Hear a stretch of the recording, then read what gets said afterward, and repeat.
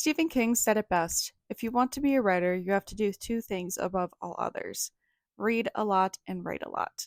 A common question I get asked as a book editor is, how can I apply feedback to my book?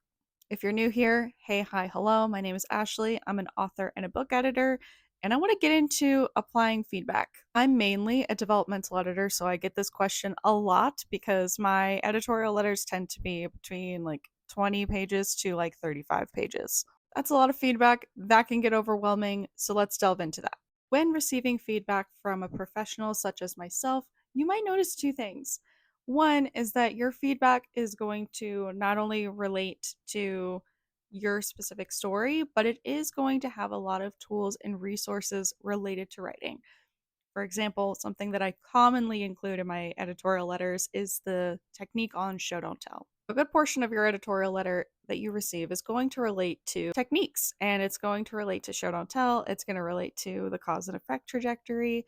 It's going to have a lot of elements that can be overwhelming to look at. The second thing you might notice in the feedback is that you will have comments that directly relate to your story or questions that directly relate to your story.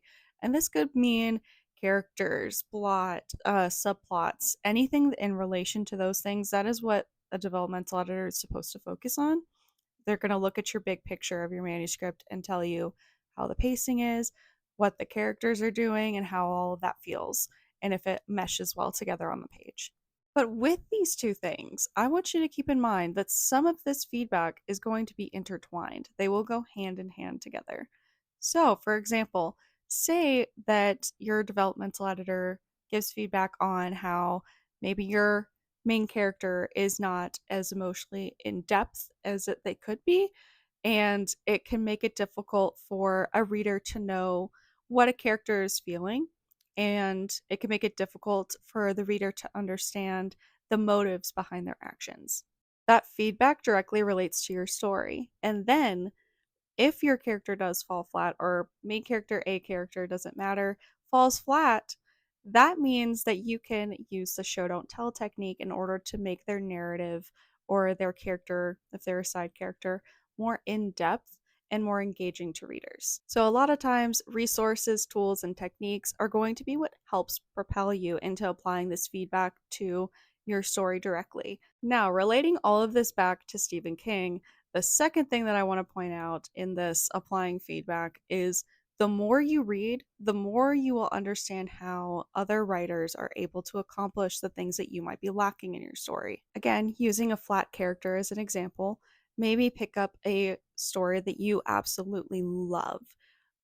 Maybe it's like your favorite characters in this story or something along those lines, and you want to see how that author made it where you love that character and are able to follow and understand and be engaged with that character from page one to the end of the book. By no means am I saying copy exactly what this author did, but most of the time we all use the same techniques to be able to accomplish the same thing: actions, reactions, showing rather than telling. All of that is going to encompass showing who your character is on the page. Now, feedback like this is going to be way more in depth from a developmental editor, but if you are using beta or alpha readers, that is going to make it where their reactions are directly in relation to your story. So you're going to have to go find those tools and resources on how to make your character less flat. You're going to have to put in extra time and effort to be able to find those tools and see how it's done. But again, you can also read a bunch of stories or read a bunch of books where you really enjoy the characters and get a sense of how to accomplish that as well. Sharing your writing, getting feedback is a very nerve-wracking thing to do as a writer. It's probably the one of the most like, oh, I wish I could stay in my writer cave and not pop out at all ever. That is probably one of the things that make us on edge the most.